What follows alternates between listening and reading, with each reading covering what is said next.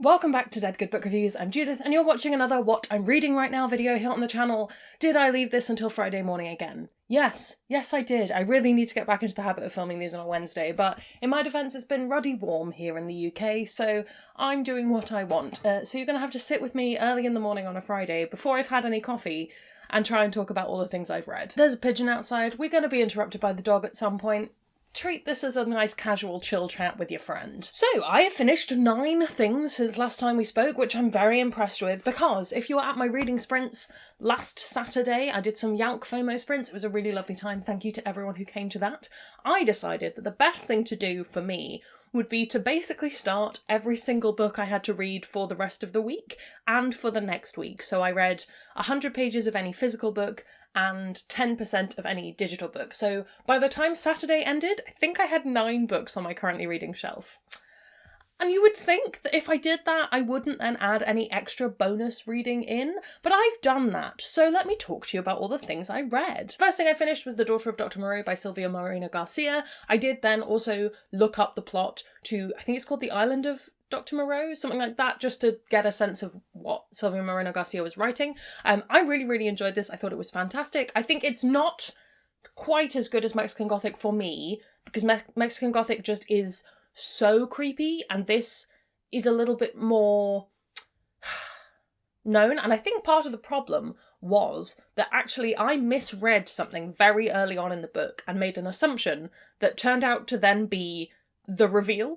So I was operating under the understanding that this was what was happening the whole time, and they got to a point and they were like, this enormous spoiler is what is real, and everyone was kind of like stunned, shocked, and I was there like, well yeah, we said that at the beginning, didn't we? But it turned out that I misread that. So read carefully and don't try and guess the end, and I think it might be a stronger book, because I didn't guess Mexican Gothic, but I did guess this. So make of that what you will. I thought it was really good. We have this kind of estate in Mexico where Carlotta's father is growing hybrids that are animals mixed with humans, and it's all very odd. And then there's a lot to do with Carlotta as a woman and what she's interested in doing and who she's interested in being with, and money troubles, and it's really hard to describe the plot of this book without ruining elements of it. So I would say if you liked Silvia Moreno Garcia's previous work, you'll probably like this. I think if you've not read any of her stuff before, I would start with Mexican Gothic and then read this. That would be my suggestion. But still, very enjoyable. Animorphs 41 is done, The Familiar. I finished it. There'll be a video up towards the end of August. I finished my reread of Spinning Silver by Naomi Novik. I thoroughly enjoyed this on a reread. It was a good wintry book for a hot day. I know that sounds odd. We were discussing it on Discord. I like a wintry book because it makes me imagine I'm in a cool place, and that kind of mental game is helpful to me. I think this is a really good story. My biggest criticism with this book as a whole is that it shifts perspective within chapters, and it does like a little icon of a spinning wheel or something, might be a watermill. No, I think it's a spinning wheel, between all of the sections, and all you had to do was have a different icon for whose perspective you're going into, and I think it would be much clearer because it's all first person. So it's not always clear at the same instant whose perspective you're going into, especially because there are not only siblings, but there are people living in each other's houses, and it doesn't make a lot of sense sometimes. So either read very carefully and, read more carefully than I did on a reread, or they should change the layout of the book, is my opinion. I have got one little tab in here and it's just my favourite bit, which is why it explains how even though you did something 3 times mundanely, doing it 3 times is the magical part of that. And I really love the fairy tale trope within this. I think it's really strong. Uprooted is still my favourite, but Spinning Silver is a good book. After that, at about 2 a.m, I finished The Undertaking of Heart and Mercy. This is a kind of quirky romance book that is in a fantasy setting and isn't entirely a romance, but it is a romance, that kind of thing. It won't be on the shelves in the romance section, but it is one. We have an undertaker called Mercy, and a warden called Heart. Warden, kind of like supernatural police, except that they are policing ghosts that are going into people and you have to stab them through the appendix to get them to go away. Anyway, these two hate each other. They really don't like each other. One might say they are enemies, and by the end of the book they are in a different place with that relationship, and I very much enjoyed it. I liked the fantasy elements, I liked the plot elements that are behind the story, which is always good for me. I like to have an actual plot going on. I don't just want to hear about that relationship. Who's to say if I would have thought this was twee or badly written if I hadn't read it at 2 a.m? I'll have to do a reread when I've forgotten more of it, but I would at the moment say absolutely read this if you want just like a kind of quirky, cozy. It's not that cozy because it does deal with death, but it deals with death in like a nice way. If you're interested in death practices, like me, then it's a nice way. I'd say go for it. Yeah, I would reread this and I might buy myself a copy, so stay tuned for a book haul in the future. After that, I finished Long Shadow by Olivia Atwater. This is the third book in the Regency Fairy Tales series. This one is gay. Who else is excited? I actually really, really enjoyed this. I think it's a fantastic book. It again deals with death, so I was right there and here for it. And I enjoyed it so much that I jumped straight into Latchkey, which is the novella that you can get if you sign up to Olivia Atwater's newsletter. And it's also very good. I would say if you're going to read these, either read Latchkey after Long Shadow or between 10,000 Stitches and... Or actually no, after any of them, don't read it before Half a Soul, is my feeling. I personally think reading it last makes the most sense, but that's up to you. These are just really well written, lovely little historical but also fairy tale romances. Or I say fairy tale, they're more fae. And yeah, I had a great time with this. I think it's well written. I would read more books in this series. I hope there are going to be some. I don't know that there are. I polished off my reread of The Jasmine Throne by Tasha Suri, preparing myself for The Oleander Sword, which I'm reading, if not next week, then the week after. I actually thought this was fantastic on a reread. I was worried I was going to have the same thing that happened to me in She Who Became the Sun, where I wouldn't like it on a reread. I like this more. I understood it more. I still think it gets a little bit wishy-washy, complicated towards the end, but the beginning is really strong. And I'm hopeful that Oleander Sword will be a tighter story because we've already got the characters to kind of where they need to be. So yes, very much enjoyed. If you haven't read this already and you want to because the sequel's coming out, I would definitely recommend picking this up and having a good time with the knowledge that while it is sapphic, it is very, very slow burn. I finished The Book Eaters by Sunyi Dean. I wasn't sure if I was going to like this one. Initially, I debated not requesting it, and then I did, and they approved it, and I was like, oh, how am I going to feel about this? Broadly speaking, I think this is a good book. It is sort of a we are on the run adventure story that also has our main character, Devon's past happening at the same time. So we have, how did I get to this situation, and also I am in this situation. That kind of dual timeline story, I guess. I thought this was well written. I thought this was an interesting world. I liked the idea of the Book Eaters. It's a little bit too literary for me in the world building aspects, and the actual story was nice and actiony. So it's not a literary book, but it had elements of that where it just kind of went, I'm not going to explain this to you. And I'm like, but I want to know. Why are they eating books? You know, that kind of thing. Overall, this was a compelling story. It really kept me running through. I wanted to know what happened to these characters, cared about these characters.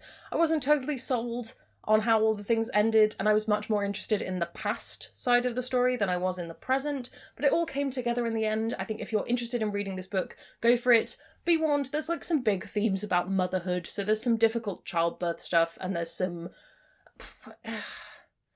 very maternal themes, which I actually thought I was going to be like, oh no, I don't care. Not that I don't love people who are parents, you're all great, but just sometimes books like that don't gel for me because I can't get emotionally invested in the same way. Actually, I think this managed to carry that balance pretty well, but if you are a person who's even more like, I don't want to read mums, then this will not be a book for you. And yesterday I finished an audiobook review copy of Her Majesty's Royal Coven by Juno Dawson. I very much enjoyed this. This is the reason I'm banning cliffhanger endings on books that do not yet have a publication date for the second book. Because, oh boy, it's a big cliffhanger ending, but I really, really liked it. I think that potentially if I'd read it physically rather than audiobook, I would have liked it less, and I think that's because there's a lot of explanation of... How do I describe this? So there's a lot of explanations within this book of things that I, as a person, am already aware of, as a human being, and didn't necessarily need explained to me in the way that the book did. And I think what I might have to do is make a full review of the book that has some spoilers in it, so I can talk about that a bit more broadly, because I think it is something that I'd like to have a chat about, and I'd like to have you guys' thoughts on. So I will potentially do one of those in the coming weeks, and we'll see how we feel about it. But yeah, overall, I thought this was a really, really good book, very well written. The audiobook's narrated by, what's her name, Nicola Coughlan? The Bridgerton lady. And she does a good job. I thought it was good, and I liked a lot of the themes it brought up, a lot of the elements it brought up, and yeah, witchy world, always love it. So yeah, that's everything I finished. Currently reading 3 things? I'm just going to double check, because I've had so much on the deck. Four things. I am 10% into The Wall of Storms by Ken Liu because Angela made me start it last week, and I haven't read any more of it since then, but I might read some more of it today. I'm not far enough in to talk about, but second book in the Dandelion Dynasty, we'll come on to it later. I am still, after all these weeks, I'm still reading the first binding, but as I planned to last week, I did get to 50% of the way through, so I'm feeling good about that. I would like to have finished this by the next time we talk. Fingers crossed, maybe. I have some stuff on this weekend, which I will talk about. I'm also still on the Count of Monte Cristo, but I'm also 50% of the way through that, which is where I wanted to be so I could pick up a different audiobook.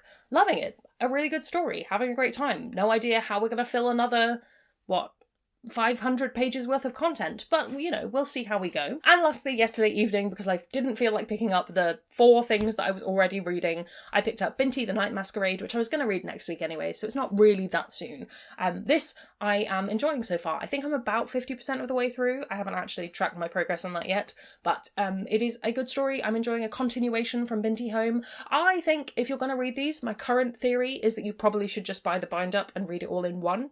Probably don't do what I did and read the first one and then wait a year and a half, but that's just me. Next week is a mostly rereading week for me. It looks like I'm finishing Minty 3, I'm rereading Akata Witch, rereading Legendborn, continuing on with the Count of Monte Cristo, and rereading certain dark things, but I do also have Amari and the Night Brothers, which is our Space Sirens pick for the month. Nearly said the week. We don't do a book every week. That would be madness.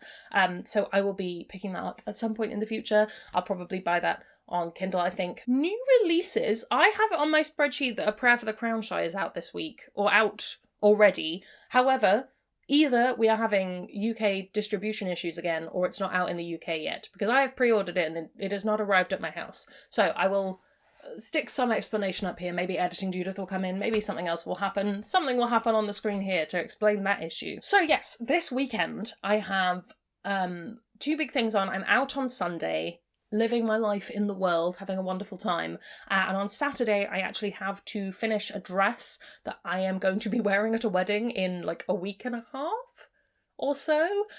So yeah, I need to get on that because otherwise everything's going to go terribly wrong. So normally I would run sprints on a Saturday and just do reading, but I think what I might do, if I'm feeling confident enough, is I might do reading/sewing sprints, and I'll sew in the reading sprints, just because I really like the chance to talk to people on a Saturday, as I'm sort of by myself with the talk all day. And yeah, it will motivate me to stay focused on the project, but also to take breaks, because otherwise I go into like a sewing trance, and I'll work for 4 hours and not drink any water or do anything else. So if you'd like to come along to those, I will try and link it below if I've set it up already. If not, just keep an eye out. It'll be coming up. If you set notifications, I think you can come. Anyway, that's what I'm going to do. Right, I've been talking for far too long for a person who didn't have very much time this morning, so I'm going to sign off. What have you been reading? What have you been up to? Any of these books that are on your reading list? I've had a lot of new releases. I would love to know what you think about them. Plonk all of that down in the comments below while you're down there commenting. If you haven't already, please do subscribe. It makes me feel loved and appreciated. You can also follow me on social media or come hang out on Discord where we can have fun chats about books and debate whether we read wintry books in this winter or in the summer and what feels best. I'd like to say thank you to everyone who supports me on Patreon. You guys are awesome. Thank you for supporting the channel. If you would like to join their number, that's linked below and you can get early access to videos and exclusive content. There will be my August TBR going up, which will be very snazzy because I do not have one yet and I haven't not had a TBR in so long. So yes, check that out if you're interested. Thank you so much for watching. That's all from me and I will see you in the next one. It's gonna be some bloopers now. Did take me until I was actively reading it to realise that's HMRC though, which my British audience will get.